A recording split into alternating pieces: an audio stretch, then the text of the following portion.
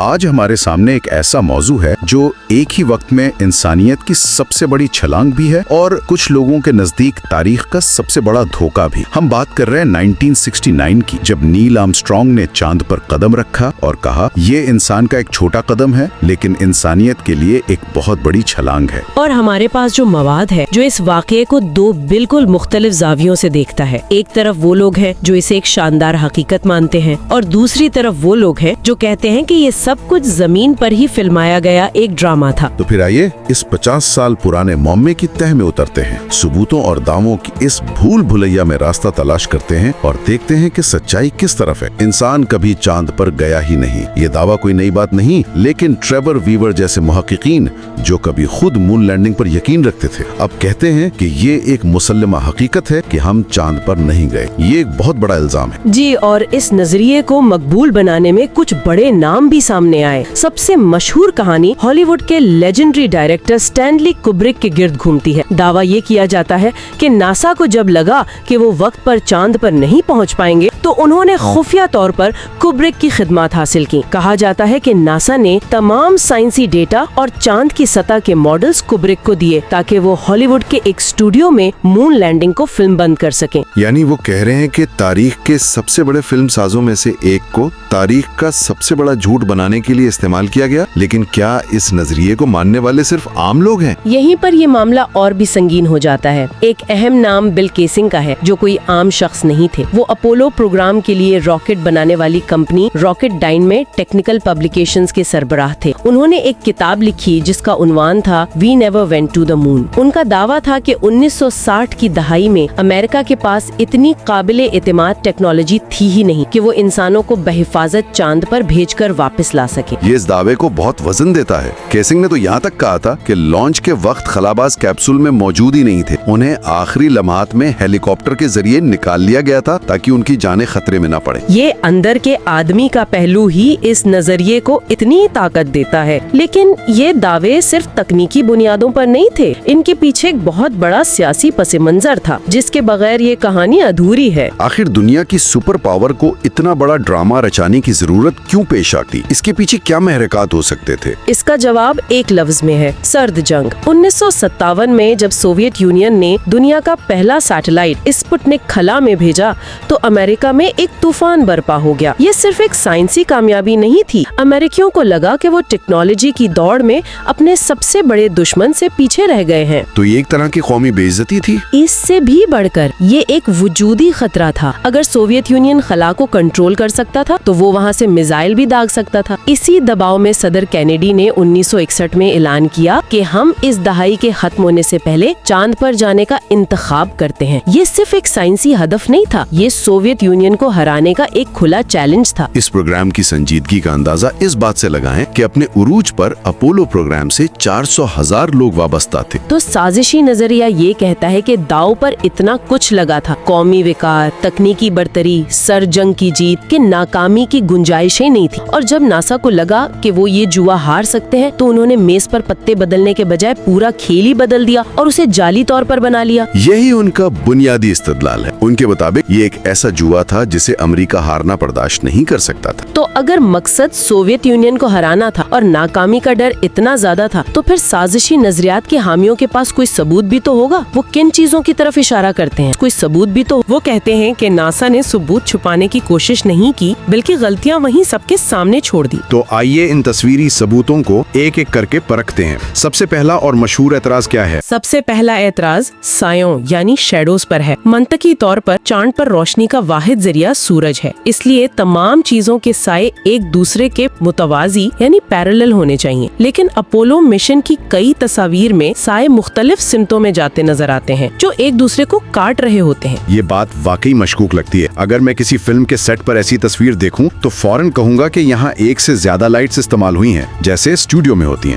بالکل، اور یہ دلیل اس لیے بھی اتنی کامیاب ہے کیونکہ یہ فوٹوگرافی کی ایک بنیادی سمجھ پر حملہ کرتی ہے۔ عام زندگی میں ہم ایسی چیزیں نہیں دیکھتے، تو جب کوئی تصویر میں اسے دکھاتا ہے تو ہمارا دماغ فوراً اسے ایک دھوکے کے طور پر دیکھتا ہے۔ لیکن اس کا سائنسی جواب بھی ہے۔ اس کے دو وجوہات ہیں۔ پہلی، کیمرے کا وائڈ اینگل لینس جو منظر کو مسخ کر دیتا ہے، اور دوسری جو زیادہ اہم ہے وہ چاند کی ناہموار سطح ہے۔ جب سائے مختلف اونچائیوں और ढलानों पर पड़ते हैं तो पर्सपेक्टिव की वजह से वो मुतवाजी नजर नहीं आते। ये बिल्कुल वैसा ही है जैसे जमीन पर एक लंबी सीधी रेलवे लाइन दूर उफुक पर आपस में मिलती हुई दिखाई देती है, हालांकि वो मुतवाजी होती हैं। वो चांद की सतह पर खड़े, उसमें क्या मसला है? इस तस्वीर में सूरज तकरीबन बज एल्ड्रिन के पीछे है, तो मंतिकी तौर पर उनके स्पेस सूट का अगला हिस्सा मुकम्मल तौर पर तारीक होना चाहिए, सिर्फ एक सिल्हूट नजर आना चाहिए। लेकिन तस्वीर में उनका सूट सामने से बिल्कुल साफ और रोशन नजर आ रहा है। साजिशी नजरियात के हामी कहते हैं कि ये स्टूडियो में इस्तेमाल होने वाली एक फिल लाइट या स्पॉटलाइट का कमाल था जो सामने से उन पर रोशनी डाल रही थी। और इसकी साइंसी वजाहत क्या है? इसकी वजाहत चांद के सतह में ही छुपी है। चांद की मिट्टी,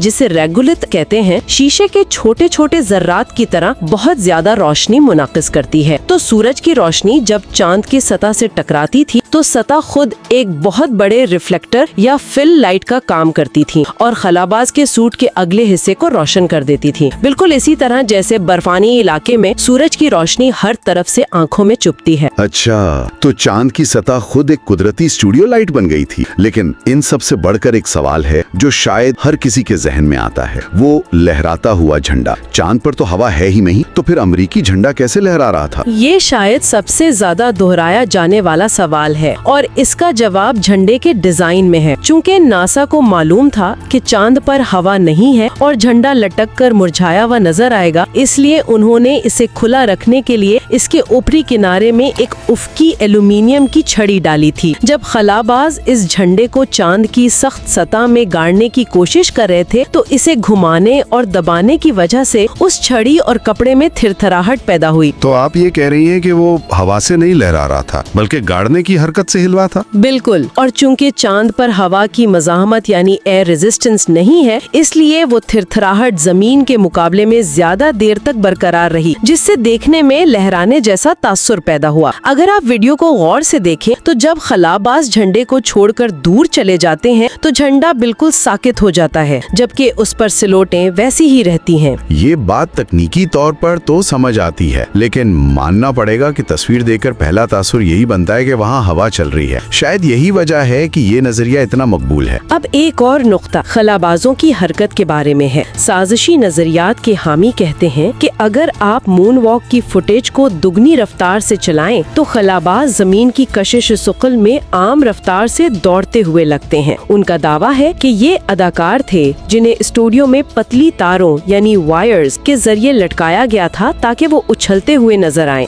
तेज रफ्तार में वो वाकई जमीन पर भागने जैसा लगता है। लेकिन यहाँ भी फिजिक्स एक मुख्तलिफ कहानी सुनाती है। चांद की कशिश सक्ल जमीन का सिर्फ छठा हिस्सा है। इस माहौल में एक भारी भरकम स्पेस सूट पहन कर चलना एक बिल्कुल मुनफरिद तजुर्बा है। खलाबाजों ने वहाँ एक खास किस्म की चाल अपनाई थी जिसे कैंगरू हॉप कहा जाता है, क्योंकि वो कम कशिश सक्ल में सबसे मौसर थी। नासा ने इसकी ट्रेनिंग वॉमिट कॉमेट नामी जहाज में दी थी जो तेजी से नीचे गिरकर कुछ सेकंड्स के लिए कम कशिश शकल का माहौल पैदा करता था। तारों पर लटक कर इस तरह की हरकत की नकल करना तकरीबन नामुमकिन है। 1960 के दहाई की टेक्नोलॉजी पर बहुत सवाल उठाए जाते हैं। उस वक्त के कंप्यूटर एक पूरे कमरे जितने बड़े होते थे और उनकी प्रोसेसिंग पावर आज के एक आम कैलकुलेटर से भी कम थी। मेरा फोन उससे हजारों गुना ज्यादा ताकतवर है। तो क्या ये मुमकिन है कि इतने बुनियादी कंप्यूटर ने चांद पर उतरने जैसा पेचीदा काम कर लिया हो? अपोलो गाइडेंस कंप्यूटर को वीडियोस चलाने या तस्वीर प्रोसेस करने की जरूरत नहीं थी। इसका सिर्फ एक ही काम था, जहाज को चांद पर उतारना, और उसने वो काम फ्लॉलेसली किया। ज्यादातर पेचीदा हिसाब किताब जमीन पर मौजूद सुपर कंप्यूटर्स करते थे और सिर्फ जरूरी हिदायत खलाई जहाज को भेजी जाती थी। वो इस मिशन के लिए नाकाफी नहीं बल्कि ठीक ठीक काफी थे। तो ये तो वो तस्वीर और टेक्नोलॉजी से जुड़े शुकूक व शुबहात, लेकिन कुछ दावे तो इससे भी ज्यादा संगीन हैं जो सीधे सीधे खलाबाजों की जिंदगी और मौत से जुड़े हैं। तापकारी यानी रेडिएशन। और ये शायद साजिशी नजरियात का सबसे मजबूत साइंसी दावा है। जमीन के गिर्द तापकारी की दो बहुत खतरनाक पट्टियां हैं जिन्हें जिन्हें वैन एलन बेल्ट्स कहते हैं। ये तापकारी इतनी शदीद है कि इससे गुजरने वाले किसी भी इंसान के लिए मोहलिक हो सकती है। दावा ये है कि अपोलो का खलाई जहाज इस तापकारी से बचने के लिए मुनासिब तौर पर शील्डेड नहीं था और खलाबाजों का इससे जिंदा बचकर निकलना नामुमकिन था। तो फिर नासा ने इस मसले को कैसे हल किया? क्या खलाबाजों ने वाकई एक जानलेवा सफर किया? नासा का मौकफ है कि उन्होंने इस खतरे को बहुत संजीदगी से लिया। उन्होंने खलाई जहाज का रास्ता बहुत एहतियात से चुना था। वो सीधा इन बेल्ट्स के सबसे घने और खतरनाक हिस्से से नहीं गुजरे, बल्कि इन्होंने एक ऐसा रास्ता इख्तियार किया